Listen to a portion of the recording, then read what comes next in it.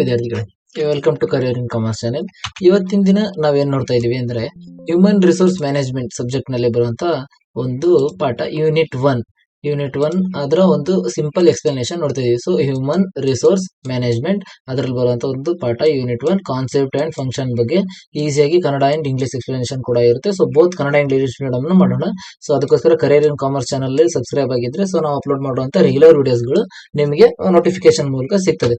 So first ಬಂದ್ಬಿಟ್ಟು human resource management ಎಂದರೆ ಏನು ಅಂದ್ರೆ what is human resource management ಅಂದ್ರೆ ಮಾನವ ಸಂಪನ್ಮೂಲ ನಿರ್ವಹಣೆ ಎಂದರೇನು ಅಂತ ಕೇಳ್ತಾರೆ.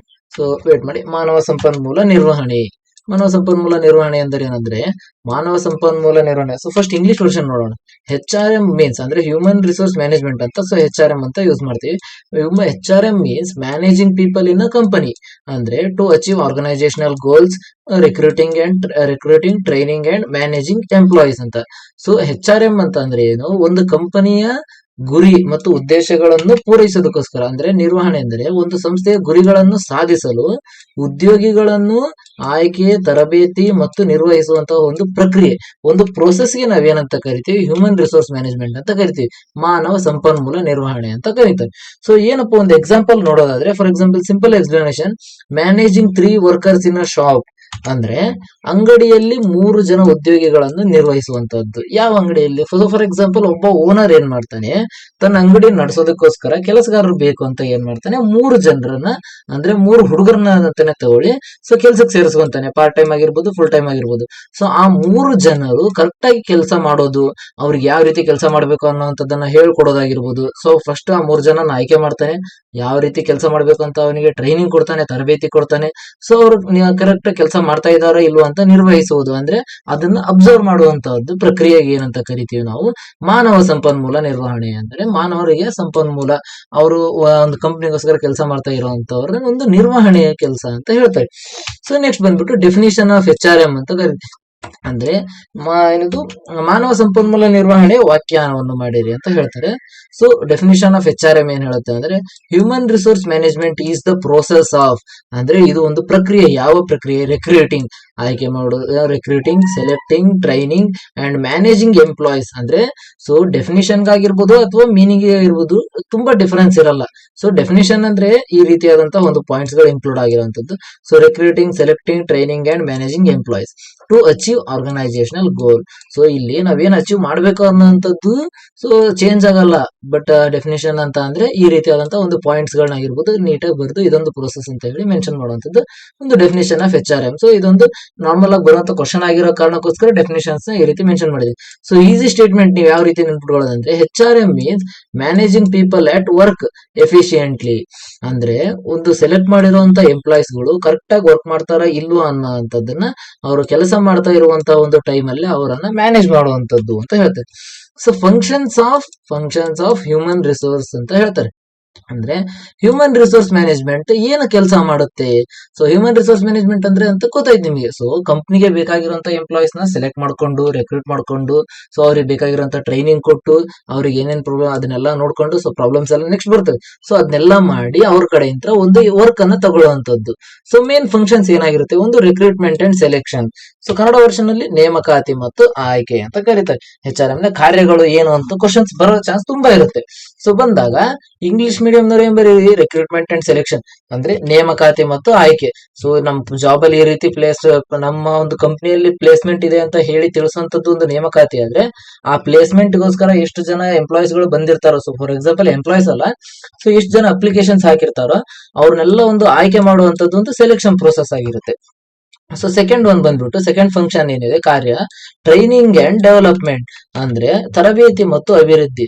ಸೊ ತರಬೇತಿ ಅಂತ ಅಂದ್ರೆ ಈಗ ಕಂಪ್ನಿ ಫಾರ್ ಎಕ್ಸಾಂಪಲ್ ಒಂದು ಕಂಪ್ನಿ ಒಬ್ಬರನ್ನ ಚೂಸ್ ಮಾಡ್ಕೊಂಡಿದೆ ಅಂದ್ರೆ ಆ ಕಂಪ್ನಿಗೆ ಅವ್ನು ಏನ್ ಕೆಲಸ ಮಾಡ್ಬೇಕು, ಫಾರ್ ಎಕ್ಸಾಂಪಲ್ ಅಕೌಂಟ್ ಮೇಂಟೈನ್ ಮಾಡ್ಬೇಕಾ, ಹಾಗಿದ್ದಾಗ ಅವನಿಗೆ ನಾವೇನು ತರಬೇತಿ ಕೊಡ್ತೀವಿ ಅಂತಂದ್ರೆ ಅಕೌಂಟೆನ್ಸಿ ಬಗ್ಗೆ ತರಬೇತಿ ಕೊಡ್ತೀವಿ. ಸೊ ಅವ್ನು ಏನ್ ಕೆಲಸ ಮಾಡ್ಬೇಕು ಅದ್ರ ಬಗ್ಗೆ ಕೊಡೋದನ್ನ ಏನಂತ ಹೇಳ್ತೀವಿ, ತರಬೇತಿ ಅಂದ್ರೆ ಟ್ರೈನಿಂಗ್ ಅಂತ ಹೇಳ್ತೀವಿ. ಸೊ ಡೆವಲಪ್ಮೆಂಟ್ ಅಂದ್ರೆ ಅವರ ಒಂದು ಓನ್ ಸ್ಕಿಲ್ಸ್ ಡೆವಲಪ್ ಆಗ್ಲಿ ಅಂತ ಅಂದು ಅವರ ನಾಲೆಡ್ಜ್ಗೋಸ್ಕರ ನಾವೇನ್ ಕಂಪ್ನಿ ಅಂತ ಒದಗಿಸ್ತೀವಲ್ಲ ಅದು ಡೆವಲಪ್ಮೆಂಟ್ ಆಗುತ್ತೆ. ಸೊ ಥರ್ಡ್ ಮೇನ್ ಫಂಕ್ಷನ್ ಬಂದ್ಬಿಟ್ಟು compensation and benefits. So compensation ಅಂತ ಅಂದ್ರೆ ಅವ್ರು ಮಾಡಿರುವಂತ ಒಂದು ಕೆಲಸಕ್ಕೆ ನಾವು ಒಂದು ರಿಟರ್ನ್ ಆಗಿ ಕೊಡುವಂತ ಒಂದು ಸ್ಯಾಲರಿ ಅಂತ ಹೇಳ್ತಾರೆ. ಸೊ ಸ್ಯಾಲರಿ ಆಗಿರ್ಬೋದು, ವೇಜಸ್ ಆಗಿರ್ಬೋದು, ಲೇಬರ್ಸ್ ಗಾದ್ರೆ ವೇಜಸ್, ಎಂಪ್ಲಾಯ್ಸ್ ಗಾದ್ರೆ ಸ್ಯಾಲರೀಸ್ ಅಂತ. ಸೊ ಬೆನಿಫಿಟ್ಸ್ ಅಂತ ಅಂದ್ರೆ ಈ ಫಾರ್ ಎಕ್ಸಾಂಪಲ್ ಟಿ ಆಗಿರ್ಬೋದು, ಡಿ ಆಗಿರ್ಬೋದು, ಡೈಲಿ ಅವರ ಒಂದು ಖರ್ಚುಗಳೇನಿರುತ್ತೆ ಅದಾಗಿರ್ಬೋದು, ಸೊ ಕ್ಯಾಂಟೀನ್ ಫೆಸಿಲಿಟೀಸ್ ಆಗಿರ್ಬೋದು, ಉಳ್ಕೊಳ್ಳೋದಕ್ಕೆ ರೂಮ್ ಕೊಡುವಂತದ್ದಾಗಿರ್ಬೋದು. ಸೊ ಈ ರೀತಿ. ಸೊ ನೆಕ್ಸ್ಟ್ ಬೆನಿಫಿಟ್ಸ್, ಇದು ಕೂಡ ಒಂದು HRM ನ ಕಾರ್ಯವಾಗಿರುತ್ತೆ. ಸೊ ಕನ್ನಡದಲ್ಲಿ ಏನು, ವೇತನ ಮತ್ತು ಸೌಲಭ್ಯಗಳು. ಸೊ ವೇತನಗಳು ಅಂತಂದ್ರೆ ಅದೇ ಸಂಬಳ ಕೊಡುವಂತದ್ದಾಗಿರ್ಬೋದು, ಸೊ ಅವರಿಗೆ ಸಂಬಳ ಕೊಡೋದು, ಅವರಿಗೆ ಬೋನಸ್ ಕೊಡೋದು.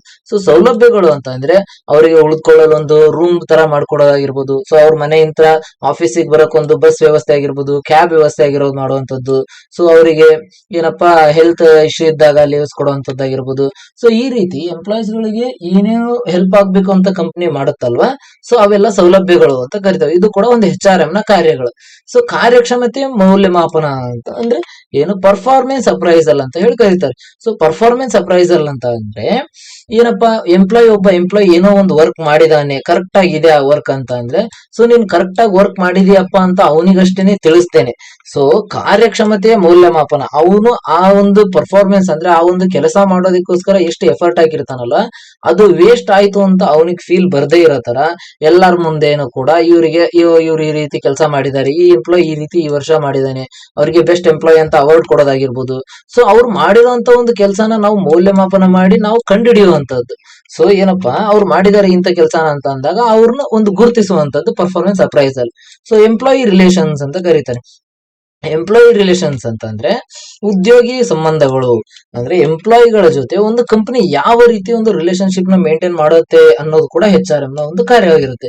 ಸೊ HRM ಇರುವಂತದ್ದು ಒಂದು ಎಂಪ್ಲಾಯೀಸ್ ಮತ್ತು ಒಂದು ಕಂಪನಿಯ ನಡುವೆ ಒಂದು ರಿಲೇಶನ್ಶಿಪ್ ಚೆನ್ನಾಗಿ ಮೇಂಟೈನ್ ಮಾಡ್ಲಿ ಅನ್ನೋಂಥದ್ದು ಒಂದು ಕಾರ್ಯ. ಸೊ ಉದ್ಯೋಗಿಗಳ ಸಂಬಂಧ, ಒಳ್ಳೆ ಸಂಬಂಧ ಮೇಂಟೈನ್ ಮಾಡಬೇಕು. So roles of human resource manager ಅಂತ ಕರೀತಾರೆ. ಒಬ್ಬ ಹ್ಯೂಮನ್ ರಿಸೋರ್ಸ್ ಮ್ಯಾನೇಜರ್ ಯಾವ ರೀತಿ ಒಂದು ರೋಲ್ಸ್ ಗಳನ್ನ, ಒಂದು ಪಾತ್ರಗಳನ್ನ ವಹಿಸುತ್ತಾನೆ. ಒಂದು ಸ್ಟ್ರಾಟಜಿಕ್ ರೋಲ್ ಆಗಿರ್ಬೋದು, ಅಂದ್ರೆ ತಂತ್ರಾತ್ಮಕ ಪಾತ್ರ. ನೆಕ್ಸ್ಟ್ ಇನ್ನೊಂದು ಬಂದ್ಬಿಟ್ಟು ಅಡ್ಮಿನಿಸ್ಟ್ರೇಟಿವ್ ರೋಲ್ ಆಗಿರ್ಬೋದು, ಸೊ ಆಡಳಿತಾತ್ಮಕ ಪಾತ್ರ. ಸೊ ಎಂಪ್ಲಾಯಿ ಸಪೋರ್ಟ್ ರೋಲ್ ಆಗಿರ್ಬೋದು, ಅಂದ್ರೆ ಉದ್ಯೋಗಿ ಬೆಂಬಲ ಪಾತ್ರ. ಸೊ ಚೇಂಜ್ ಮ್ಯಾನೇಜ್ಮೆಂಟ್ ರೋಲ್ ಅಂತ ಅಂದ್ರೆ ಬದಲಾವಣೆ ನಿರ್ವಹಣಾ ಪಾತ್ರ. ಸೊ ಇನ್ನೊಂದೇನು ಪರ್ಫಾರ್ಮೆನ್ಸ್ ರೋಲ್ ಅಂದ್ರೆ ಕಾರ್ಯಕ್ಷಮತೆಯ ಪಾತ್ರ ಅಂತ ಹೇಳ್ಬಿಟ್ಟು ಕರೀತಾರೆ. ಸೊ ಸ್ಟ್ರಾಟಜಿಕ್ ರೋಲ್ ಅಲ್ಲಿ ಯಾವ್ದಾದ್ರು ಒಂದು ಎಂಪ್ಲಾಯೀಸ್ ಗಳಿಗೆ ಸಮಸ್ಯೆ ಆಗಿರ್ಬೋದು, ಸೊ ಎಂಪ್ಲಾಯಿ ಕೆಲಸ ಮಾಡುವಾಗ ಏನೋ ಒಂದು ತಪ್ಪು ಮಾಡಿದ್ರೆ, ಸೊ ಅವನು ಒಬ್ಬ ಮ್ಯಾನೇಜರ್ ಆಗಿ ಅವನ ಹತ್ರ ಇರುವಂತ ಒಂದು ಸ್ಟ್ರಾಟಜಿಸ್ ಗಳನ್ನ ಯೂಸ್ ಮಾಡಿ ಆ ಟೈಮಲ್ಲಿ ಅವನು ಸ್ಟ್ರಾಟಜಿಕ್ ರೋಲ್ ನ ಯೂಸ್ ಮಾಡುತ್ತದೆ. ಅಂದ್ರೆ ತಂತ್ರಾತ್ಮಕವಾಗಿ ಒಂದು ಪಾತ್ರವನ್ನ ನಿರ್ವಹಿಸಿ ಅವರ ಜೊತೆ ನಿಲ್ಲುವಂತದ್ದು. ಸೊ ಆಡಳಿತಾತ್ಮಕವಾಗಿ ಅಂದ್ರೆ ಯಾವುದೇ ಅಂದ್ರೆ ಅಡ್ಮಿನಿಸ್ಟ್ರೇಟಿವ್ ರೋಲ್ ಅಂತ ಅಂದ್ರೆ ಯಾವ್ದಾದ್ರು ಒಂದು ಆರ್ಡರ್ ಮೇಲ್ಗಡೆ ಟಾಪ್ ಲೆವೆಲ್ ಮ್ಯಾನೇಜ್ಮೆಂಟ್ ಇಂತ್ರ ಸೊ ಲೋವರ್ ಲೆವೆಲ್ ಮ್ಯಾನೇಜ್ಮೆಂಟ್ ಗೆ ಪಾಸ್ ಮಾಡಬೇಕಾಗಿರೋ ಟೈಮಲ್ಲಿ ಇವನು ಒಬ್ಬ ಮ್ಯಾನೇಜರ್ ಆಗಿ ತನ್ನ ಕೆಲಸ ಆಡಳಿತಾತ್ಮಕವಾಗಿ ಪಾತ್ರವನ್ನು ನಿರ್ವಹಿಸಬೇಕಾಗ್ತದೆ. ಸೊ ಎಂಪ್ಲಾಯಿ ಸಪೋರ್ಟ್ ರೋಲ್ ಅಂತ ಅಂದ್ರೆ ಎಂಪ್ಲಾಯೀಸ್ ಗಳಿಗೆ ಯಾವುದೇ ಒಂದು ಸಮಸ್ಯೆ ಬಂದ್ರು ಕೂಡ ನಿಮ್ ಜೊತೆ ನಾವಿದೀವಿ, ನಮ್ ಕಂಪ್ನಿ ಇದೆ ಅನ್ನುವಂತಹ ಒಂದು ಅವರಿಗೆ ಮನೋಭಾವ, ಅಂದ್ರೆ ಅವರಿಗೆ ಒಂದು ಬೆಂಬಲ ನೀಡುವಂತಹ ಒಂದು ಪಾತ್ರವನ್ನು ಕೂಡ HR ಮ್ಯಾನೇಜರ್ ಮಾಡ್ಬೇಕಾಗುತ್ತೆ. ಸೊ ಚೇಂಜ್ ಮ್ಯಾನೇಜ್ಮೆಂಟ್ ರೋಲ್ ಅಂದ್ರೆ ಬದಲಾವಣೆ ನಿರ್ವಹಣಾ ಪಾತ್ರ ಅಂತ ಕರೀತಾರೆ. ಸೊ ಬದಲಾವಣೆ ನಿರ್ವಹಣಾ ಪಾತ್ರ ಅಂತ ಅಂದ್ರೆ ಒಂದೇ ರೀತಿನೇ ನಿರ್ವಹಣೆ ಮಾಡ್ದೇನೆ ಎಂಪ್ಲಾಯೀಸ್ ಗಳಿಗೆ ಟೈಮ್ಗೆ ತಕ್ಕಂಗೆ ಅವ್ರಿಗೆ ಯಾವ ರೀತಿ ಅವರ ಒಂದು ಮೋಟಿವೇಶನ್ ಕೊಡೋದಕ್ಕಾಗಿರ್ಬೋದು, ಸೊ ಅವರ ಒಂದು ಪರ್ಸನಲ್ ಇದಕ್ಕಾಗಿರ್ಬೋದು, ಸೊ ಸ್ಪಂದಿಸ್ತಾ ಮಾಡುವಂತ ಒಂದು management role. So performance role ಅಂದ್ರೆ ಆಗ್ಲೇನೆ ಹೇಳಿದ ಕಾರ್ಯಕ್ಷಮತೆಯ ಪಾತ್ರ. ಅವರು ಏನೋ ಒಂದು ಕೆಲಸ ಮಾಡಿದ್ದಾರೆ ಅಂದ್ರೆ ಅದನ್ನ ಒಂದು ಗುರುತಿಸುವಂತದ್ದಾಗಿರ್ಬೋದು, ಅದರಿಂದ ಅವರಿಗೆ ಈ ರೀತಿ ಇದೆ ಅಂತ ಹೇಳಿ ತಿಳಿಸ್ಕೊಡುವಂತದ್ದಾಗಿರ್ಬೋದು, ಎಲ್ಲರಿಗೂ ಕೂಡ ತಿಳಿಸಿ ಅವ್ರಿಗೆ ಏನಾದ್ರೂ ಸೊ ಅವ್ರನ್ನ ಒಂದು ಮೋಟಿವೇಶನ್ ಮಾಡೋದಕ್ಕೋಸ್ಕರ ಏನೇನ್ ಬೇಕಾಗುತ್ತೆ ಅದನ್ನ ಮಾಡುವಂಥದ್ದು. So status of HR manager ಅಂತ ಕರೀತಾರೆ. HR ಮ್ಯಾನೇಜರ್ ನ ಗೌರವ ಅಥವಾ ಘನತೆಗಳು ಯಾವ ರೀತಿ ಇರುತ್ತೆ ಅಂದ್ರೆ ಅವ್ನು ಮಾಡುವಂತ ಒಂದು ಕೆಲಸ ಯಾವ ರೀತಿ ಇರುತ್ತೆ. HR manager is a key decision maker ಅಂದ್ರೆ ಪ್ರಮುಖ ನಿರ್ಧಾರಗಳಲ್ಲಿ ಭಾಗವಹಿಸುವುದು ಅಂತ ಹೇಳ್ತಾರೆ. ಸೊ ಏನಪ್ಪ HR ಮ್ಯಾನೇಜರ್ ಅಂದ್ರೆ is a key decision maker ಅಂದ್ರೆ ಯಾವ್ದಾದ್ರು ಒಂದು ಎಂಪ್ಲಾಯಿಗೆ ಸಂಬಂಧಪಟ್ಟಂತ ಒಂದು ಡಿಸಿಷನ್ ತಗೋಬೇಕು ಅಂತ ಅನ್ನೋ ಟೈಮಲ್ಲಿ ಈ HR ಮ್ಯಾನೇಜರ್ ಒಂದು ಕೀ ಡಿಸಿಷನ್ ಇದ್ದಂಗೆ. ಏನಕ್ಕಪ್ಪ ಅಂದ್ರೆ HR ಮ್ಯಾನೇಜರ್ ತಾನೇ ಒಬ್ಬ ಎಂಪ್ಲಾಯಿನ ರೆಕ್ರೂಟ್ ಮಾಡೋದಾಗಿರ್ಬೋದು, ಸೆಲೆಕ್ಟ್ ಮಾಡೋದಾಗಿರ್ಬೋದು, ಸೊ ಅವರಿಗೆ ಟ್ರೈನಿಂಗ್ ಕೊಡುವಂತದ್ದಾಗಿರ್ಬೋದು, ಅವ್ರ ಹತ್ರ ಕೆಲಸ ತಗೊಳ್ಳೋಂಥದ್ದಾಗಿರ್ಬೋದು. ಸೊ ಎಲ್ಲಾ ಕೆಲಸನೂ ಕೂಡ HR ಮ್ಯಾನೇಜರ್ ಮಾಡೋದ್ರಿಂದ ಅವರಿಗೆ ಯಾವ್ದಾದ್ರು ಒಂದು ಈ ಡಿಸಿಷನ್ ತಗೊಳ್ಳುವಂತ ಟೈಮಲ್ಲಿ HR ಮ್ಯಾನೇಜರ್ ತುಂಬಾ ಇದಾಗ್ತಾನೆ, ಪ್ರಮುಖ ನಿರ್ಧಾರದಲ್ಲಿ ಭಾಗವಹಿಸುವಂತದ್ದು. ಸೊ ಇನ್ನೊಂದೇನು, part of top management. HR manager ನ ನಾವು ಯಾವಾಗ್ಲೂ ಕೂಡ ಉನ್ನತ ಮಟ್ಟದ ಭಾಗ ಅಂತ ಹೇಳ್ತೀವಿ. ಸೊ ಏನಕ್ಕಪ್ಪ ಅಂದ್ರೆ, ಯಾವ ಒಬ್ಬ ಎಂಪ್ಲಾಯಿಗೂ ಕೂಡ ಏನೇ ವರ್ಕ್ ಇದ್ರೂ ಕೂಡ, ಸೊ ಅವರು ಡೈರೆಕ್ಟ್ ಆಗಿ ಟಾಪ್ ಲೆವೆಲ್ಗೆ ಹೇಳದೇ ಇದ್ರು ಕೂಡ ಓಪನ್ ಆಗಿ ಸೊ ಯಾರ ಹತ್ರ ಹೇಳ್ಬೋದು ಅಂತ ಅಂದ್ರೆ HR ಮ್ಯಾನೇಜರ್ ಹತ್ರ ಹೇಳ್ಕೋಬಹುದಾಗಿರುತ್ತೆ. ಸೊ ಹಾಗಾಗಿ ಉನ್ನತ ಮಟ್ಟದ ಭಾಗವಾಗಿ ಅವನು ಕೂಡ ಇರ್ತಾನೆ. So connects employees and management ಅಂದ್ರೆ he is like work like and bridge ಅಂತ ಕರೀತಾರೆ. ಸಂಸ್ಥೆ ಮತ್ತು ಉದ್ಯೋಗಿಗಳ ನಡುವೆ ಸಂಪರ್ಕವನ್ನು ಮಾಡುವಂತದ್ದು. ಏನಕ್ಕಪ್ಪ ಅಂದ್ರೆ ನಾನು ಹೇಳಿದೆ ಈಗನು ಕೂಡ, ಅವನೇ ರೆಕ್ರೂಟ್ ಮಾಡ್ತಾನೆ, ಅವನೇ ಸೆಲೆಕ್ಟ್ ಮಾಡ್ತಾನೆ, ಅವನೇ ಟ್ರೈನಿಂಗ್ ಕೊಡ್ತಾನೆ, ಅವನೇ ಅವರಿಗೆ ಕಾಂಪನ್ಸೇಷನ್ಸ್ ಎಲ್ಲ ಕೊಡ್ತಾ ಇರ್ತಾನೆ. ಸೊ ಸ್ಯಾಲರೀಸ್ ಆಗಿರ್ಬೋದು. ಸೊ ಇವನ್ ಮಾಡ್ತಾನೆ, ಒಂದು ಮ್ಯಾನೇಜ್ಮೆಂಟ್ ನಿಂತ್ರ ಮತ್ತೆ ಒಂದು ಎಂಪ್ಲಾಯೀಸ್ ಗಳ ಮಧ್ಯೆ ಒಂದು ಕನೆಕ್ಷನ್ ನ ಹುಟ್ಟಾಕ್ತಾನೆ ಅಂತ ಹೇಳಿ. So responsible for company culture ಅಂತ ಕರೀತಾರೆ. ರೆಸ್ಪಾನ್ಸಿಬಲ್ ಫಾರ್ ಕಂಪನಿ ಕಲ್ಚರ್, ಸಂಸ್ಥೆಯ ನೀತಿ ರೂಪಿಸುವಲ್ಲಿ ಪಾತ್ರ ಅಂತ ಕರೀತಾರೆ. ಸೊ ಈಗ ಎಂಪ್ಲಾಯೀಸ್ ಗಳನ್ನ ಇವನೇ ಸೆಲೆಕ್ಟ್ ಮಾಡಿ ಇವನೇ ರೆಕ್ರೂಟ್ ಮಾಡೋದ್ರಿಂದ ಎಂಪ್ಲಾಯೀಸ್ ಗಳಿಗೆ ಯಾವ ರೀತಿಯಾದಂತ ಒಂದು ರೂಲ್ಸ್ ಗಳಿರಬೇಕು, ಯಾವ ರೀತಿಯಾದಂತ ಒಂದು ರೆಸ್ಪಾನ್ಸಿಬಿಲಿಟೀಸ್ ಗಳು ಇರಬೇಕು ಅನ್ನುವಂಥದ್ದನ್ನ ಒಂದು ಫ್ರೇಮ್ ಮಾಡುವಾಗ, ಅಂದ್ರೆ ನೀತಿಗಳನ್ನ ರೂಪಿಸುವಂತ ಸಮಯದಲ್ಲಿ ಇವನ ಪಾತ್ರ ಬಹುಮುಖ್ಯವಾಗಿರುತ್ತೆ. ಏನಕ್ಕಪ್ಪ ಅಂದ್ರೆ ಇವನು ಎಂಪ್ಲಾಯೀಸ್ ಗಳನ್ನ ತುಂಬಾ ಹತ್ತಿರದಿಂದ ನೋಡಿರ್ತಾನೆ. ಆ ಕಾರಣಕ್ಕೋಸ್ಕರ HR ಮ್ಯಾನೇಜರ್ ನ ಸ್ಟೇಟಸ್ ಈ ರೀತಿ ಇರುತ್ತೆ. ಸೊ ಈ ಕ್ವಶನ್ ಕೂಡ ಬರುವಂತ ಚಾನ್ಸ್ ತುಂಬಾ ಇದೆ. ಸೊ ನೆಕ್ಸ್ಟ್ ಬಂದ್ಬಿಟ್ಟು ಕಾಂಪಿಟೆನ್ಸೀಸ್ ಆಫ್ ಹ್ಯೂಮನ್ ರಿಸೋರ್ಸ್ ಮ್ಯಾನೇಜ್ಮೆಂಟ್ ಅಂತ ಕರೀತಾರೆ. ಸೊ ಮೇನ್ ಕಾಂಪಿಟೆನ್ಸೀಸ್ ಅಂದ್ರೆ ಸ್ಕಿಲ್ಸ್, ಯಾವ್ಯಾವ ರೀತಿ ಅಂದ್ರೆ HR ಮ್ಯಾನೇಜರ್ ಆಗಬೇಕು ಅನ್ನೋಂಥದ್ದು ಅವನಿಗೆ ಇರಬೇಕಾದಂತ ಒಂದು ಕೌಶಲ್ಯಗಳು ಯಾವುವು ಅಂತ ಕರೀತಾರೆ. ಸೊ ಸ್ಕಿಲ್ಸ್ ಅಂದ್ರೆ ಕೌಶಲ್ಯಗಳು. ಏನು ಒಂದೇದು, ಕಮ್ಯುನಿಕೇಶನ್ ಸ್ಕಿಲ್. ಕಮ್ಯುನಿಕೇಶನ್ ಸ್ಕಿಲ್ ಅಂದ್ರೆ ಸಂವಹನ ಕೌಶಲ್ಯ ಅಂತ ಕರೀತಾರೆ. ಸಂವಹನ ಕೌಶಲ್ಯ ಆಗಿರ್ಬೋದು, ಅಂದ್ರೆ ಒಂದು ಮಾತುಕತೆಯಂತಹ ಕೌಶಲ್ಯ. ಸೊ ಕಮ್ಯುನಿಕೇಶನ್ ಸ್ಕಿಲ್ ಅಂದ್ರೆ ಯಾವ ರೀತಿ ಅವನು ತನ್ನ ಹತ್ರ ಬಂದಿರುವಂತ ಒಂದು ಎಂಪ್ಲಾಯೀಸ್ ಗಳನ್ನ, ಏನೋ ಒಂದು ಪ್ರಾಬ್ಲಮ್ ಇದೆ ಅಂತಾನೆ ಬಂದಿರ್ತಾರೆ ಅಂತ ತಿಳ್ಕೊಳ್ಳಿ, ಇಲ್ಲ ಏನೋ ಒಂದು ಹೊಸ ಐಡಿಯಾ ಇಟ್ಕೊಂಡು ಬಂದಿರ್ತಾರೆ ಅಂತ ತಿಳ್ಕೊಳ್ಳಿ. ಸೊ ಅವ್ರ ಹತ್ರ ಇರುವಂತ ಒಂದು ಸಂವಹನ ಕೌಶಲ್ಯ ಏನ್ ಮಾಡುತ್ತೆ, ಯಾವ ರೀತಿ ಇವರ ಒಂದು ರೆಸ್ಪಾನ್ಸ್ ಇರುತ್ತಲ್ಲ ಅದರ ಮೇಲೆ ಆ ಎದುರುಗಡೆ ಬಂದಿರುವಂತ ಒಂದು ಎಂಪ್ಲಾಯಿಗಳ ಆನ್ಸರ್ ಆಗಿರ್ಬೋದು, ಅವರ ಒಂದು ಓಪನ್ ಇದು ಆಗಿರ್ಬೋದು ಬಿಲ್ಡ್ ಆಗಿರುತ್ತೆ. ಸೊ ನೆಕ್ಸ್ಟ್ ಬಂದ್ಬಿಟ್ಟು ಡಿಸಿಷನ್ ಮೇಕಿಂಗ್ ಸ್ಕಿಲ್, ಅಂದ್ರೆ ನಿರ್ಧಾರ ತೆಗೆದುಕೊಳ್ಳುವಂತಹ ಒಂದು ಕೌಶಲ್ಯ. ಇದು ತುಂಬಾ ಇಂಪಾರ್ಟೆಂಟ್ ಆಗುತ್ತೆ ಒಬ್ಬ HR ಮ್ಯಾನೇಜರ್ಗೆ. ಸೊ ಏನಕ್ಕಪ್ಪ ಅಂತ ಅಂದ್ರೆ, ಯಾವುದೇ ಒಂದು ಡಿಸಿಷನ್ ತಗೊಳ್ಳೋಕ್ಕಿಂತ ಮುಂಚೆ 100 ಬಾರಿ ಯೋಚನೆ ಮಾಡ್ಬೇಕು ಅಂತ ನಾರ್ಮಲ್ ಆಗಿ ಎಲ್ಲರೂ ಹೇಳ್ತಿರ್ತಾರೆ. ಬಟ್ HR ಮ್ಯಾನೇಜರ್ ಒಂದು ನಿರ್ಧಾರ ತೆಗೆದುಕೊಳ್ಳೋ ಕೌಶಲ್ಯ ಏನಕ್ಕಪ್ಪ ಹೊಂದಿರ್ಬೇಕಂದ್ರೆ, ಇವ್ರು ತೆಗೆದುಕೊಳ್ಳುವಂತ ಒಂದೇ ಒಂದು ನಿರ್ಧಾರ ಒಬ್ಬ ಎಂಪ್ಲಾಯ್ ತನ್ನ ಜೀವನ ಗುರುತಿಸುವಂತದ್ದಾಗಿರ್ಬೋದು. ಈಗ ಫಾರ್ ಎಕ್ಸಾಂಪಲ್ ಅವನ್ನ ಕೆಲ್ಸಕ್ಕೆ ಸೇರಿಸ್ಕೋಬಾರ್ದು ಅನ್ನೋಂತ ಒಂದು ನಿರ್ಧಾರನ ಎಷ್ಟು ಮುಖ್ಯ ಪ್ರಾಮುಖ್ಯತೆಯಿಂದ ಅವನು ನಿರ್ಧಾರ ತಗೊಳ್ತಾನೋ, ಎಷ್ಟು ಸೀರಿಯಸ್ ಇಂತ್ರ, ಸೊ ಅಷ್ಟು ಅವನ ಒಂದು ಡಿಸಿಷನ್ ಮೇಕಿಂಗ್ ಸ್ಕಿಲ್ ಹೈಲೈಟ್ ಆಗುತ್ತೆ ಅನ್ನೋಂಥದ್ದಾಗಿರ್ಬೋದು. ಸೊ ನೆಕ್ಸ್ಟ್ ಬಂದ್ಬಿಟ್ಟು ಲೀಡರ್ಶಿಪ್ ಸ್ಕಿಲ್, ಅಂದ್ರೆ ನಾಯಕತ್ವದ ಒಂದು ಕೌಶಲ್ಯ, ನಾಯಕತ್ವದ ಒಂದು ಗುಣ ಅಂತ ಹೇಳ್ಬಿಟ್ಟು ಕರೀತಾರೆ. ಸೊ ಲೀಡರ್ಶಿಪ್ ಸ್ಕಿಲ್ ಏನಪ್ಪಾ ಅಂತ ಅಂದ್ರೆ, ಲೀಡರ್ಶಿಪ್ ಅಂದ್ರೆ ಈಗ for example human resource management ಗಳಿಗೆ ಬೇಕಾಗಿರುವಂತಹ ಒಂದು ಏನನ್ನಾದ್ರೂ ಮಾಡ್ಕೊಡ್ಬೇಕಂದ್ರೆ ಇವನು ಮುಂದೆ ಇರುವಂತದ್ದು. ಸೊ ಇವನು ಮುಂದೆ ಇದ್ದು ನಾನು ನಿಮಗೆ ಸಪೋರ್ಟ್ ಮಾಡ್ತೀನಿ, ನಾನು ಈ ರೀತಿ ಇರ್ತೀನಿ ನಿಮ್ ಜೊತೆ ಅನ್ನೋಂತ ಒಂದು ನಾಯಕತ್ವದ ಕೌಶಲ್ಯ ಇವನಲ್ಲಿ ಇತ್ತು ಅಂತಂದ್ರೆ, ಸೊ ಒಬ್ಬ HR ಮ್ಯಾನೇಜರ್ ತನ್ನ ಒಂದು ಕೆಲಸದಲ್ಲಿ ಸಕ್ಸಸ್ ಆಗುವಂತ ಒಂದು ಇದು ಇರುತ್ತೆ, ಚಾನ್ಸ್ ಇರುತ್ತೆ. ಸೊ ಬಂದ್ಬಿಟ್ಟು ನೆಕ್ಸ್ಟ್ ಬಂದ್ಬಿಟ್ಟು technical skill. So for example ತಾಂತ್ರಿಕ ಕೌಶಲ್ಯ, ಯಾವ್ದಾದರೂ ಒಂದು ಸಮಸ್ಯೆ ಬಂತು, ಫಾರ್ ಎಕ್ಸಾಂಪಲ್ ಒಂದು ಕಂಪ್ಯೂಟರ್ ಅಲ್ಲಿ ಬಂತು, ಸೊ ಹ್ಯೂಮನ್ ರಿಸೋರ್ಸ್ ಯಾರ ಹತ್ರ ಹೋಗಿ ಕಂಪ್ಲೇಂಟ್ ಮಾಡ್ತಾರೆ, ಯಾರ ಹತ್ರ ಹೋಗಿ ಕಂಪ್ಲೇಂಟ್ ಅನ್ನೋದಕ್ಕಿಂತ ಯಾರ ಹತ್ರ ಹೋಗಿ ಈ ವಿಷಯದ ಬಗ್ಗೆ ಮಾತಾಡ್ತಾರೆ ಅಂದ್ರೆ ಹ್ಯೂಮನ್ ರಿಸೋರ್ಸ್ ಮ್ಯಾನೇಜರ್ ಹತ್ರ ಹೋಗ್ತಾರೆ. ಸೊ ಆ ಮ್ಯಾನೇಜರ್ ಹತ್ರ ಟೆಕ್ನಿಕಲ್ ಸ್ಕಿಲ್ ಇತ್ತು ಅಂತ ಅಂದ್ರೆ, ಸೊ ಇವನೇನ್ ಮಾಡ್ತಾನೆ, ಅವರಿಗೆ ಬಂದಿರುವಂತ ಒಂದು ಪ್ರಾಬ್ಲಮ್ಸ್ ನ ಟೆಕ್ನಿಕಲ್ ಆಗಿ ಅವರಿಗೆ ಸಾಲ್ವ್ ಮಾಡ್ಕೊಡುವಂತ ಒಂದು ಕೆಲಸ. ಸೊ ತಾಂತ್ರಿಕ ಕೌಶಲ್ಯ ಅಂತ ಕರೀತಾರೆ. ಸೊ ಇಂಟರ್ ಪರ್ಸನಲ್ ಸ್ಕಿಲ್ ಅಂದ್ರೆ ವ್ಯಕ್ತಿಗತ ಸಂಪರ್ಕ ಕೌಶಲ್ಯ, ಅಂದ್ರೆ ಯಾವ ರೀತಿ ವ್ಯಕ್ತಿಗಳ ನಡುವೆ ಒಂದು ಸಂಬಂಧವನ್ನು ಮಾಡುವಂತದ್ದಾಗಿರ್ಬೋದು. ಸೊ ಇವನು ಯಾವ ರೀತಿ ಅವ್ರ ಜೊತೆ ಇರ್ತಾನೆ ಪರ್ಸನ್ಸ್ ಗಳ ಜೊತೆ. ಇಂಟರ್ ಪರ್ಸನಲ್ ಅಂತಂದ್ರೆ ಯಾವ ರೀತಿ ಎಂಪ್ಲಾಯೀಸ್ ಗಳನ್ನು ಮೇಂಟೈನ್ ಮಾಡ್ತಾ, ಸೊ ಅವ್ರಿಗೆ ಬರುವಂತ ಸಮಸ್ಯೆಗಳನ್ನಾಗಿರ್ಬೋದು.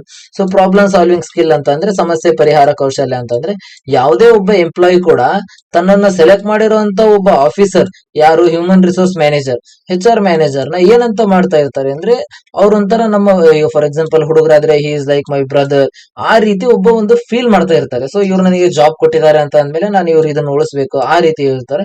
ಸೊ ಅವ್ರಿಗೆ ಸಡನ್ ಆಗಿ ಏನಾದ್ರು ಒಂದು ಸಮಸ್ಯೆ ಬಂತು ಅಂದಾಗ, ಸೊ ಆ ಪ್ರಾಬ್ಲಮ್ ನ ಸಾಲ್ವ್ ಮಾಡುವಂತ ಸ್ಕಿಲ್ ಹ್ಯೂಮನ್ ರಿಸೋರ್ಸ್ ಮ್ಯಾನೇಜರ್ ಅಲ್ಲಿ ಇತ್ತು ಅಂತಂದ್ರೆ, ಅಂದ್ರೆ HR ಮ್ಯಾನೇಜರ್ ನಲ್ಲಿ ಇತ್ತು ಅಂದ್ರೆ, ಸೊ ಅದೊಂದು ಸ್ಕಿಲ್ ಕೂಡ ತುಂಬಾ ಇಂಪಾರ್ಟೆಂಟ್ ಆಗುತ್ತೆ ಅನ್ನೋಂಥದ್ದಾಗಿರ್ಬೋದು. ಸೊ HR ಪಾಲಿಸೀಸ್ ಇದು ಸ್ವಲ್ಪ ತುಂಬಾ ಇಂಪಾರ್ಟೆಂಟ್ ಕಾನ್ಸೆಪ್ಟ್. ಸೊ ಮ್ಯಾಕ್ಸಿಮಮ್ ಬರುವಂತಹ ಒಂದು ಕ್ವಶನ್ ಗಳಲ್ಲಿ ಇದು ಒಂದಾಗಿದೆ. ಸೊ HR ಪಾಲಿಸೀಸ್ ಯಾವುದು? HR policies are guidelines and rules set by an organisation to manage employees and their behaviour ಅಂತ ಕರೀತಾರೆ. ಸೊ HR ನೀತಿಗಳು ಅಂತ ಕನ್ನಡದಲ್ಲಿ ಹೇಳಿದ್ರೆ ಎಂದರೆ HR ನೀತಿಗಳು ಎಂದರೆ ಸಂಸ್ಥೆಯಲ್ಲಿ ಉದ್ಯೋಗಿಗಳನ್ನು ನಿರ್ವಹಿಸಲು ರೂಪಿಸಿದ ನಿಯಮಗಳು ಮತ್ತು ಮಾರ್ಗಸೂಚಿಗಳನ್ನು HR ನೀತಿಗಳು ಎಂದು ಕರೆಯುತ್ತಾರೆ.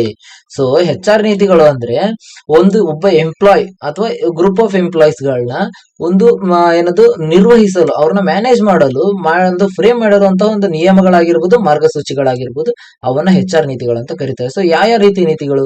ನೇಮಕಾತಿ ರೀತಿ ಅಂತ ಕರೀತಾರೆ. ಸೊ ಯಾವುದು? ರಿಕ್ರೂಟ್ಮೆಂಟ್ ಪಾಲಿಸಿ ಅಂದ್ರೆ ಯಾವ ರೀತಿ ಅವರನ್ನ ನೇಮಕಾತಿ ಮಾಡ್ಕೋಬೇಕು, ನಮ್ಮ ಒಂದು ಕಂಪನಿಗೆ ನೇಮಕಾತಿ ಮಾಡ್ಕೋಬೇಕು ಅಂದ್ರೆ, ಸೊ ಫಾರ್ ಎಕ್ಸಾಂಪಲ್ ಒಂದು ಜಾಬ್ ವೇಕೆಂಟ್ ಪೋಸ್ಟ್ ಇದೆ ಅಂದ್ರೆ ಅದಕ್ಕೆ ಬೇಕಾದಂತ ಒಂದು ಸ್ಕಿಲ್ಸ್ ಗಳನ್ನ ಮೆನ್ಷನ್ ಮಾಡಿರ್ಬೋದು, ಅದಕ್ಕೆ ಬೇಕಾದಂತ ಒಂದು ಕ್ವಾಲಿಫಿಕೇಶನ್ಸ್ ನ ಮೆನ್ಷನ್ ಮಾಡೋದಾಗಿರ್ಬೋದು. ಸೊ ಈ ರೀತಿ ನಿಯಮಗಳನ್ನ ಜಾರಿಗೆ ಮಾಡೋದು ನೇಮಕಾತಿ ನೀತಿ ಅಂದ್ರೆ ರಿಕ್ರೂಟ್ಮೆಂಟ್ ಪಾಲಿಸಿ ಅಂತ ಕರೀತಾರೆ. ಸೊ ನೆಕ್ಸ್ಟ್ ಬಂದ್ಬಿಟ್ಟು ಲೀವ್ ಪಾಲಿಸಿ ಅಂದ್ರೆ ರಜೆ ನೀತಿ ಅಂತ ಕರೀತಾರೆ. ರಜೆ ನೀತಿ ಅಂದ್ರೆ, ಸೊ ಫಾರ್ ಎಕ್ಸಾಂಪಲ್ ಇಫ್ ಏನದು ಒಬ್ಬ ಗೌರ್ಮೆಂಟ್ ಎಂಪ್ಲಾಯ್ ಇದ್ದ ಅಂದ್ರೆ ಅವನಿಗೆ 11 ಡೇಸ್ ಒಂದು ವರ್ಷದಲ್ಲಿ, ಸೊ ಫಾರ್ ಎಕ್ಸಾಂಪಲ್ ಒಂದು ವರ್ಷದಲ್ಲಿ ಅವನಿಗೆ 11 ಡೇಸ್ ರಜೆ ತಗೊಳ್ಳೋಂಥದ್ದು ಇರುತ್ತೆ. ಅಂದ್ರೆ ಬಟ್ ಅವ್ನು ಯಾವಾಗ ಇಷ್ಟ ಬರುತ್ತೆ ಆ ಟೈಮಲ್ಲಿ ತಗೊಳ್ಳೋ ಅಂತ ಒಂದು 11 ಡೇಸ್. ಅಂದ್ರೆ ಅವನು ಒನ್ ಡೇ ಇವತ್ತು ತಗೋಬಹುದು, ಈ ತಿಂಗಳಲ್ಲಿ ನೆಕ್ಸ್ಟ್ ಮಂತ್ ಇನ್ನೊಂದು ದಿನ ತಗೋಬಹುದು, ಅದರ ನೆಕ್ಸ್ಟ್ ಮಂತ್ ಇನ್ನೊಂದು ದಿನ ತಗೋಬಹುದು. ಸೊ ಸಂಡೇ ಸ್ಯಾಟರ್ಡೆ ಅವ್ರಿಗೆ ರಜೆ ಇರುತ್ತೆ ಅನ್ನೋದು ಬಿಟ್ರೆ, ತನ್ನ ಒಂದು ಏನೋ ಒಂದು ಕೆಲಸಕ್ಕೆ ತನ್ನ ಒಂದು ಅರ್ಜೆನ್ಸಿಯಲ್ಲಿದ್ದಾಗ 11 ದಿನಗಳ ಕಾಲ ಅವನಿಗೆ ಒಂದು ರಜೆಯನ್ನ ಕೊಡುವಂತದ್ದು ಗೌರ್ಮೆಂಟ್ ಎಂಪ್ಲಾಯೀಸ್ ಗಳಿಗಿರುತ್ತೆ. ಸೊ ಅದೇ ರೀತಿ ಕೂಡ ಒಬ್ಬ ಪ್ರೈವೇಟ್ ಕಂಪನಿಯಲ್ಲಿ ವರ್ಕ್ ಮಾಡುವಂತನು, ಒಬ್ಬ ಸಂಸ್ಥೆಯಲ್ಲಿ ವರ್ಕ್ ಮಾಡುವಂತನಿಗೆ ಕೂಡ ರಜೆ ನೀತಿ ಅಂದ್ರೆ ಲೀವ್ ಪಾಲಿಸಿ ಮಾಡುವಂತದ್ದು ಸೊ HR ಪಾಲಿಸಿಯಲ್ಲಿ ಕೂಡ ಇದು ಬರುತ್ತೆ. ಸೊ ನೆಕ್ಸ್ಟ್ ಬಂದ್ಬಿಟ್ಟು ಕಾಂಪನ್ಸೇಷನ್ ಪಾಲಿಸಿ ಅಂದ್ರೆ ವೇತನ ನೀತಿ. ಸೊ ರಜೆ ನೀತಿನೂ ಕೂಡ ಅದು ಒಂದು ನಿಯಮ ತರ ಜಾರಿ ಮಾಡಿರ್ತದೆ. ಸೊ ನಮ್ಮ ಕಂಪನಿಯಲ್ಲಿ ಇಷ್ಟು ದಿನ ಮಾತ್ರ ರಜೆ ಇರುತ್ತೆ ಅಂದ್ರೆ ಈ ದಿನ ಮಾತ್ರ. ಒಂದೊಂದು ಕಂಪನಿಯಲ್ಲಿ ಏನಾಗಿರುತ್ತೆ ಅಂತಂದ್ರೆ, ಸೊ ಫಾರ್ ಎಕ್ಸಾಂಪಲ್ ನಮ್ದ್ರಲ್ಲಿ ಶನಿವಾರ ರಜೆ ಇದೆ, ಶನಿವಾರ ರಜೆ ಸಿಗಲ್ಲ, ಭಾನುವಾರ ರಜೆ ಇದೆ. ಬ್ಯಾಂಕ್ ಅಲ್ಲಿ ತಗೊಳ್ಳಿ, ಫಾರ್ ಎಕ್ಸಾಂಪಲ್ SBI ಬ್ಯಾಂಕ್ ಆಗಿರ್ಬೋದು, ಕೆನರಾ ಬ್ಯಾಂಕ್ ಆಗಿರ್ಬೋದು, ಏನ್ ಹೇಳ್ತಾರಪ್ಪ ಅವರು ಅಂತ ಅಂದ್ರೆ, ನಮ್ಮಲ್ಲಿ ಶನಿವಾರ 2ನೇ ಶನಿವಾರ ಮತ್ತು 4ನೇ ಶನಿವಾರ ಎಂಪ್ಲಾಯೀಸ್ ಗಳಿಗೆ ರಜೆ ಕೊಡ್ತೀವಿ ಅಂತ ಹೇಳ್ತಾರೆ. ಸೊ ಆ ರೀತಿ ರಜೆ ನೀತಿಗಳನ್ನ ರೂಪಿಸುವಂತದ್ದು, ತನ್ನ ಒಂದು ಸಂಸ್ಥೆಗೆ ಬೇಕಾದ ರೀತಿಯಲ್ಲಿ ಒಂದು ಮಾಡುವಂತದ್ದು ಏನಂತಾರೆ HR ನೀತಿಗಳು ಅಂತ ಕರೀತಾರೆ, HR ಪಾಲಿಸಿ. ಸೊ ವೇತನ ನೀತಿ ಅಂತ ಅಂದ್ರೆ ಅವರಿಗೆ ಕೊಡುವಂತ ಒಂದು ಕಾಂಪನ್ಸೇಷನ್. ಸೊ ಅವ್ರಿಗೆ ವರ್ಕಿಗೆ, ಸೊ ಯಾರನ್ನೇ ಕೇಳ್ರಿ ಸಂಬಳನ ಯಾವ್ದ್ರ ಮೇಲೆ ಎಕ್ಸ್ಪೆಕ್ಟ್ ಮಾಡ್ತಾರೆ ಅಂದ್ರೆ, ನಾವು ಮಾಡಿರೋ ಕೆಲಸಕ್ಕೆ ಸಿಕ್ಕರೆ ಸಾಕು ಅನ್ನೋಂತ ರೀತಿ. ಸೊ ಹೆಚ್ಚಿಗೆ ಸಂಬಳ ಕೊಡ್ರಿ ಬೇಡ, ಸೊ ಅವ್ರು ಮಾಡಿರುವಂತ ಕೆಲಸಕ್ಕೆ ಸಿಗುವಂತದ್ದ ಒಂದು ವೇತನವನ್ನು ನೀಡೋದಕ್ಕೆ ವೇತನ ನೀತಿ ಅಂತ ಕರೀತಾರೆ. ಅದಕ್ಕೆ ಆದಂತ ಒಂದು ಫ್ರೇಮ್ ರೂಲ್ಸ್ ಇದೆ. ಸೊ ಇಷ್ಟು ಗಂಟೆಗಳ ಕಾಲ ಕೆಲಸ ಮಾಡಿದ್ರೆ ಮಾತ್ರ ಇವರಿಗೆ ಇಷ್ಟು ವೇತನ ಕೊಡಬೇಕು ಅನ್ನೋಂಥದ್ದು. ಸೊ ಅದಕ್ಕೆಲ್ಲ ವೇತನ ನೀತಿ ಅಂತ ಕರೀತಾರೆ. ಸೊ ಇನ್ನೊಂದೇನು ಕೋಡ್ ಆಫ್ ಕಂಡಕ್ಟ್ ಅಂತ ಕರೀತಾರೆ. ಸೊ ಕೋಡ್ ಆಫ್ ಕಂಡಕ್ಟ್ ಅಂದ್ರೆ ನಡವಳಿಕೆ ಸಂಹಿತೆ. ಯಾವ ರೀತಿ ಒಬ್ಬ ಎಂಪ್ಲಾಯ್ ತನ್ನ ಕಂಪನಿಗೆ ಬರೋದಾಗಿರ್ಬೋದು, ಹೋಗೋದಾಗಿರ್ಬೋದು, ಸೊ ಅದನ್ನೆಲ್ಲ ಮಾಡಬೇಕು. ನಡವಳಿಕೆ, ಅವನ ಒಂದು ನಡವಳಿಕೆ ಯಾವ ರೀತಿ ಇರಬೇಕು ಅನ್ನುವಂಥದ್ದು ಕೂಡ ಒಂದು ನಿಯಮಗಳು ಮತ್ತು ಮಾರ್ಗಸೂಚಿಗಳಲ್ಲಿ ಮೆನ್ಷನ್ ಮಾಡುವಂಥದ್ದು. ಸೊ ಪ್ರಮೋಷನ್ ಪಾಲಿಸಿ ಅಂತ ಕರೀತಾರೆ. ಪದೋನ್ನತಿ ನೀತಿ. ಪದೋನ್ನತಿ ನೀತಿ ಅಂದ್ರೆ ಒಬ್ಬ ಎಂಪ್ಲಾಯ್ ಆಗಿರುವಂತವನು ತನ್ನ ಒಂದು ತಿಂಗಳ ಪರ್ಫಾರ್ಮೆನ್ಸ್ ಅಥವಾ 3 ತಿಂಗಳ ಪರ್ಫಾರ್ಮೆನ್ಸ್ ತುಂಬಾ ಚೆನ್ನಾಗಿ ಮಾಡ್ತಾ ಇದ್ದ ಅಂದ್ರೆ ಅವನಾಗೂ ಕೂಡ ಒಂದು ಚಾನ್ಸ್ ಕೊಡುವಂತದ್ದು ಟೀಮ್ ಲೀಡರ್ ಆಗೋದಕ್ಕೆ. ಸೊ ಅವನು ಟೀಮ್ ಲೀಡರ್ ಆಗೋ ಕೂಡ ತುಂಬಾ ಚೆನ್ನಾಗಿ ಕಾರ್ಯನಿರ್ವಹಿಸಿದ ಅಂತಂದ್ರೆ, ಫಾರ್ ಎಕ್ಸಾಂಪಲ್ ಅದು ಒಂದು ಡಿಪಾರ್ಟ್ಮೆಂಟ್ ನ ಮ್ಯಾನೇಜರ್ ಆಗೋದಕ್ಕೆ ಪ್ರಮೋಷನ್ ಕೊಡುವಂತದ್ದು. ಸೊ ಈ ರೀತಿ ಪದೋನ್ನತಿ ನೀತಿ, ಪ್ರಮೋಷನ್ ಪಾಲಿಸಿ ಅಂದ್ರೆ ಈ ರೀತಿ. ಗ್ರೈವೆನ್ಸ್ ಪಾಲಿಸಿ ಅಂದ್ರೆ ದೂರು ಪರಿಹಾರ ನೀತಿ. ಅಂದ್ರೆ ಯಾವುದೇ ಒಬ್ಬ ಎಂಪ್ಲಾಯಿ ಏನೇ ಒಂದು ಸಮಸ್ಯೆ ಇದೆ ಅಂದ್ರೂ ಬಂದು ದೂರು ಕೊಟ್ಟರು ಕೂಡ ಅದಕ್ಕೆ ಇಷ್ಟು ದಿನಗಳಲ್ಲಿ ನಾವು ಪರಿಹಾರ ಕೊಡ್ತೀವಿ, ಇಷ್ಟು ಟೈಮಲ್ಲಿ ನಾವು ಸ್ಪಂದಿಸ್ತೀವಿ ಅನ್ನುವಂಥದ್ದನ್ನು ಕೂಡ ಅವರ ಒಂದು ನಿಯಮಗಳಲ್ಲಿ ಮೆನ್ಷನ್ ಮಾಡೋದು, ಮಾರ್ಗಸೂಚಿಗಳಲ್ಲಿ ಮೆನ್ಷನ್ ಮಾಡುವಂತದ್ದಕ್ಕೆ ಏನಂತಾರೆ? ದೂರು ಪರಿಹಾರ ನೀತಿ ಅಂತ ಕರೀತಾರೆ. So evolution of human resource management ಅಂದ್ರೆ ಯಾವ ಯಾವ ಸ್ಟೇಜಸ್ ಆಫ್ ಹ್ಯೂಮನ್ ರಿಸೋರ್ಸ್, ಯಾವ ಯಾವ ಒಂದು ಹಂತಗಳನ್ನು ದಾಟಿ ಒಂದು ಮಾನವ ಸಂಪನ್ಮೂಲ ನಿರ್ವಹಣೆ ಅನ್ನುವಂಥದ್ದು ಒಂದು ಅಭಿವೃದ್ಧಿ ಆಯಿತು ಅಂದ್ರೆ ಇಂಡಸ್ಟ್ರಿಯಲ್ ವೆಲ್ಫೇರ್ ಸ್ಟೇಜ್ ಅಂತ ಕರೀತಾರೆ. ಸೊ ಕೈಗಾರಿಕಾ ಕಲ್ಯಾಣ ಹಂತ. ಸೊ ಮೊದಲಿಗೆ ಎಂಪ್ಲಾಯೀಸ್ ಗಳನ್ನ ಒಂದು ಕೂಲಿಯ ರೂಪದಲ್ಲಿ ನೋಡ್ತಾ ಇದ್ರು. ಅಂದ್ರೆ ಬರ್ತಾರೆ, ಕೆಲಸ ಮಾಡ್ತಾರೆ, ದುಡ್ಡು ಇಸ್ಕೊಳ್ತಾರೆ, ಹೋಗ್ತಾರೆ ಅನ್ನುವಂತ ರೀತಿ. ಸೊ ನೆಕ್ಸ್ಟ್ ಏನಾಯ್ತು, ಬರ್ತಾ ಬರ್ತಾ ಡೆವಲಪ್ ಆಗಿ ಪರ್ಸನಲ್ ಮ್ಯಾನೇಜ್ಮೆಂಟ್ ಸ್ಟೇಜ್ ಅಂತ ಬಂತು. ಅಂದ್ರೆ ಸಿಬ್ಬಂದಿ ನಿರ್ವಹಣಾ ಹಂತ. ಅಂದ್ರೆ ಇವರು ಕೂಡ ಕೆಲಸಗಾರರಲ್ಲ, ಇವರು ಕೂಡ ಒಂದು ಸಿಬ್ಬಂದಿ, ಈ ರೀತಿ ಅವರನ್ನ ಗುರುತು ಹಿಡಿಯೋದಕ್ಕೆ. ಈಗ ಪ್ರೆಸೆಂಟ್ ಏನಾಗಿದೆ, ಹ್ಯೂಮನ್ ರಿಸೋರ್ಸ್ ಮ್ಯಾನೇಜ್ಮೆಂಟ್ ಅಂತ ಇತ್ತು. ಹ್ಯೂಮನ್ ರಿಸೋರ್ಸ್ ಮ್ಯಾನೇಜ್ಮೆಂಟ್ ಸ್ಟೇಜ್ ಗೆ ಬಂದಿದ್ದಾರೆ. ಅಂದ್ರೆ ಮಾನವ ಸಂಪನ್ಮೂಲ ನಿರ್ವಹಣೆ ಅಂತ. ಅಂದ್ರೆ ಮಾನವ ಸಂಪನ್ಮೂಲ ನಿರ್ವಹಣೆ ಇಲ್ಲ ಅಂದ್ರೆ ಯಾವುದೇ ಒಂದು ಕೆಲಸ ಕೂಡ ಆಗೋದಿಲ್ಲ ಅಂದ್ರೆ ಒಂದು ಕಂಪನಿಯಲ್ಲಿ ಅನ್ನೋಂತ ಒಂದು ಸ್ಟೇಜ್ ಅಲ್ಲಿ ಇತ್ತು. ಸೊ ತಂತ್ರಾತ್ಮಕ HRM ಅಂತ ಅಂದ್ರೆ ಸ್ಟ್ರಾಟಜಿಕ್ HRM ಸ್ಟೇಜ್ ಗೆ ಬಂದಿದೆ. ಈಗ ಪ್ರೆಸೆಂಟ್ ಇರುವಂತದ್ದು ಸ್ಟ್ರಾಟಜಿಕ್ HRM ಸ್ಟೇಜ್ ಅಂತ ಅಂದ್ರೆ ತಂತ್ರಾತ್ಮಕವಾದಂತಹ HRM ಹಂತಗಳು. ಸೊ ಈ 4 ಹಂತಗಳನ್ನು ದಾಟಿದ ನಂತರ ನಮ್ಮ ಒಂದು ನಿರ್ವಹಣೆಯ ಅಭಿವೃದ್ಧಿ ಏನಾಗಿದೆ, ಬೆಳವಣಿಗೆಯಾಗಿದೆ ಅನ್ನುವಂಥದ್ದು. ಮಾನವ ಸಂಪನ್ಮೂಲ ನಿರ್ವಹಣೆ ಅನ್ನೋದು ಅಭಿವೃದ್ಧಿಯಾಗಿದೆ. ಸೊ ಇಷ್ಟು 4 ಸ್ಟೇಜ್ ಗಳನ್ನು ಕೂಡ ದಾಟ್ಕೊಂಡ್ಬಂದು. ಸೊ ಇನ್ನೊಂದೇನು, emerging challenges of human resource management. ಒಂದು ವರ್ಕ್ ಪ್ಲೇಸ್ ಡೈವರ್ಸಿಟಿ ಆಗಿರ್ಬೋದು, ಒಂದು ಎಂಪವರ್ಮೆಂಟ್ ಆಗಿರ್ಬೋದು, down sizing, VRS, work life balance. So ಕನ್ನಡದಲ್ಲಿ ನೋಡೋಣ, HRM ನ ಉದಯೋನ್ಮುಖ ಸವಾಲುಗಳು. ಅಂದ್ರೆ ಮುಂದೆ ಬರುವಂತಹ ಒಂದು ಸವಾಲುಗಳಿಗೆ ನಾವು ಉದಯೋನ್ಮುಖ ಸವಾಲುಗಳು ಅಂತ ಹೇಳಿ ಕರಿತೀವಿ. ಏನಪ್ಪಾ ಉದಯೋನ್ಮುಖ ಸವಾಲುಗಳು? ಕೆಲಸದ ಸ್ಥಳ ವೈವಿಧ್ಯತೆ ಆಗಿರ್ಬೋದು, ಅಧಿಕಾರ ಹಂಚಿಕೆ, ಉದ್ಯೋಗ ಕಡಿತ, ಸ್ವಯಂ ಪ್ರೇರಿತ ನಿವೃತ್ತಿ ಯೋಜನೆ, ಕೆಲಸ ಜೀವನ ಸಮತೋಲನ. ಸೊ ಇದನ್ನ 1 by 1 ಎಕ್ಸ್ಪ್ಲನೇಷನ್ ನೋಡೋಣ. ವರ್ಕ್ ಪ್ಲೇಸ್ ಡೈವರ್ಸಿಟಿ, ಕೆಲಸದ ಸ್ಥಳ ವೈವಿಧ್ಯತೆ ಅಂದ್ರೆ ಒಂದು ಕಂಪನಿಯಲ್ಲಿ ಒಂದೇ ರೀತಿಯ, ಒಂದೇ ಸಂಸ್ಕೃತಿಯ ಜನರು, ಒಂದೇ ಲಿಂಗದ ಜನರು, ಒಂದೇ ಜೆಂಡರ್ನ ಜನರಾಗಿರ್ಬೋದು, ಒಂದೇ ಭಾಷೆ ಮತ್ತು ಒಂದೇ ಹಿನ್ನೆಲೆಯನ್ನು ಹೊಂದಿರುವಂತ ಜನರು ಇರಲ್ಲ. ಸೊ ಏನಾಗಿರುತ್ತೆ, ವಿಭಿನ್ನ ಸಂಸ್ಕೃತಿ, ವಿಭಿನ್ನ ಲಿಂಗ ಆಗಿರೋದು, ವಿಭಿನ್ನ ಭಾಷೆ ಅಂದ್ರೆ ಡಿಫ್ರೆಂಟ್ ಕಲ್ಚರ್ ನಿಂದ ಬಂದಿರುವಂತ ಎಂಪ್ಲಾಯ್ಸ್ ಗಳು ಇರ್ತಾರೆ, ಡಿಫ್ರೆಂಟ್ ಜೆಂಡರ್ಸ್ ಅಲ್ಲಿ ಇರ್ತಾರೆ. ಸೊ ಮೇಲ್ ಆರ್ ಫಿಮೇಲ್ ಆಗಿರ್ಬೋದು. ಸೊ ನೆಕ್ಸ್ಟ್ ಡಿಫ್ರೆಂಟ್ ಸ್ಕಿಲ್ಸ್ ಹೊಂದಿರುವಂತ ಎಂಪ್ಲಾಯ್ಸ್ ಗಳು ಕೂಡ ಇರ್ತಾರೆ. ಇದೇನಾಗುತ್ತೆ, ಬಂದಿರುವಂತ ಒಂದು ಪ್ರಾಬ್ಲಮ್ ಆಗುತ್ತೆ ಮುಂದೆ ಎಂಪ್ಲಾಯ್ಸ್ ಗಳಿಗೆ ಬರುವಂತ ಒಂದು ಅಂದ್ರೆ. ಸೊ ಫಾರ್ ಎಕ್ಸಾಂಪಲ್ HRM ಗೆ ಬರುವಂತಹ ಒಂದು ಸವಾಲಾಗಿರುತ್ತೆ ಯಾವ್ದು, ಕೆಲಸದ ಸ್ಥಳದಲ್ಲಿ ವೈವಿಧ್ಯತೆ ಅಂದ್ರೆ ಡಿಫ್ರೆಂಟ್ ಆಗಿರುವಂತದ್ದು, ಯಾವ ಟೈಮಲ್ಲಿ ಬೇಕಾದ್ರೂ ಏನಾದ್ರೂ ಆಗ್ಬಹುದು ಅನ್ನುವಂಥದ್ದು. ಸೊ ಎಂಪವರ್ಮೆಂಟ್ ಅಂದ್ರೆ ಅಧಿಕಾರ ಹಂಚಿಕೆ, ಗಿವಿಂಗ್ ಅಥಾರಿಟಿ ಟು ಎಂಪ್ಲಾಯೀಸ್, ಉದ್ಯೋಗಿಗಳಿಗೆ ಅಧಿಕಾರ ನೀಡುವಂತಹದ್ದು. ಸೊ ಫ್ಯೂಚರ್ ಅಲ್ಲಿ ಉದ್ಯೋಗಿಗಳು ತಮ್ಮ ಒಂದು ಪರ್ಫಾರ್ಮೆನ್ಸ್ ಗೆ ತಕ್ಕ ಹಾಗೆ ನೋಡ್ಕೊಂಡು ನಮಗೆ ಈ ರೀತಿ ಅಧಿಕಾರ ಕೊಡಿ, ಈ ರೀತಿ ಅಧಿಕಾರ ಕೊಡಿ, ಡಿಸಿಷನ್ ಮೇಕಿಂಗ್, ಈ ರೀತಿ ನಿರ್ಧಾರ ತೆಗೆದುಕೊಳ್ಳುವಂತ ಒಂದು ಅಧಿಕಾರ ಸ್ವತಂತ್ರವನ್ನು ಕೊಡಿ ಅನ್ನುವಂಥದ್ದು ಕೂಡ ಒಂದು HRM ಗೆ ಉದಯೋನ್ಮುಖ ಸವಾಲು ಆಗ್ಬೋದು. ಸೊ ಡೌನ್ ಸೈಸಿಂಗ್ ಅಂದ್ರೆ ಹ್ಯೂಮನ್ ರಿಸೋರ್ಸ್ ಗಳಿಗೆ ಈ ಡೌನ್ ಸೈಸಿಂಗ್ ಅನ್ನುವಂಥದ್ದು ಒಂದು ತುಂಬಾ ದೊಡ್ಡ ಸಮಸ್ಯೆ ಎದುರಾಗುವಂಥದ್ದು. ಯಾವುದು, ರೆಡ್ಯೂಸಿಂಗ್ ಎಂಪ್ಲಾಯ್ಸ್ ಆಗಿರ್ಬೋದು, ಕಾಸ್ಟ್ ಕಂಟ್ರೋಲ್ ಆಗಿರ್ಬೋದು.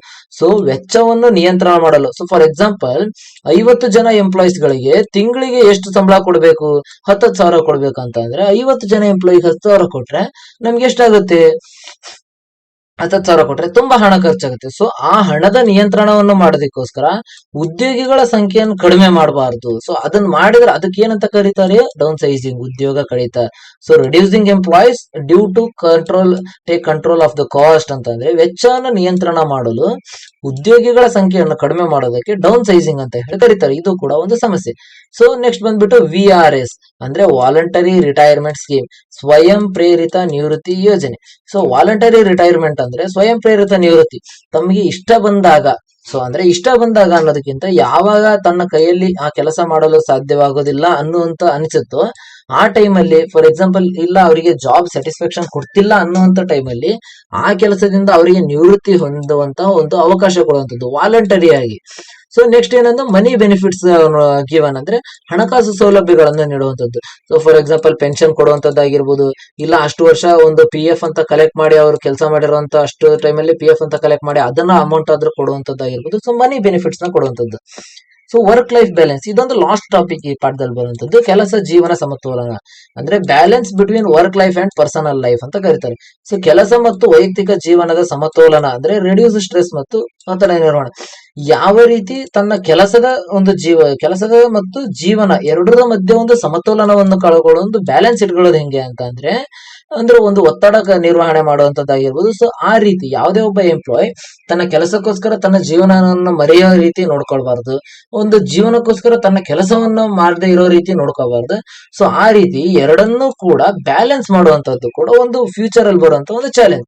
ಸೊ ಇಲ್ಲಿವರೆಗೂ ವಿಡಿಯೋ ನೋಡೋದಕ್ಕಾಗಿ ತುಂಬಾ ಧನ್ಯವಾದಗಳು. So career in commerce channel ಅಲ್ಲಿ ಕಾಮರ್ಸ್ ರಿಲೇಟೆಡ್ ಎಲ್ಲಾ ವಿಡಿಯೋಸ್ಗಳು ರೆಗ್ಯುಲರ್ ಆಗಿ ಅಪ್ಲೋಡ್ ಆಗ್ತಾ ಇರ್ತವೆ. ಸೊ ಸಬ್ಸ್ಕ್ರೈಬ್ ಆಗಿದ್ರಿ ಅಂತಂದ್ರೆ ನಿಮಗೆ ರೆಗ್ಯುಲರ್ ಅಪ್ಡೇಟ್ಸ್ ಬರ್ತಾ ಇರ್ತವೆ. ಸೊ ಈಗ ಮಾಡಿದಂತ ಒಂದು ಈ ಸಿಲೆಬಸ್ PDF ಅಂದ್ರೆ ಈಗ ಈ ಯೂನಿಟ್ 1 ಮಾಡಿದ್ನಲ್ವಾ, ಇದರ ಲಿಂಕ್ ಕೂಡ ನನ್ನ ವೆಬ್ಸೈಟ್ ಅಲ್ಲಿ ಅಪ್ಲೋಡ್ ಆಗಿದೆ. ಸೊ ನಾನು ಇಲ್ಲಿವರೆಗೂ ಏನ್ ಕೊಡ್ತಿದ್ದೆ, ಡಿಸ್ಕ್ರಿಪ್ಷನ್ ಬಾಕ್ಸ್ ನಲ್ಲಿ ಕೊಡ್ತಿದ್ದೆ.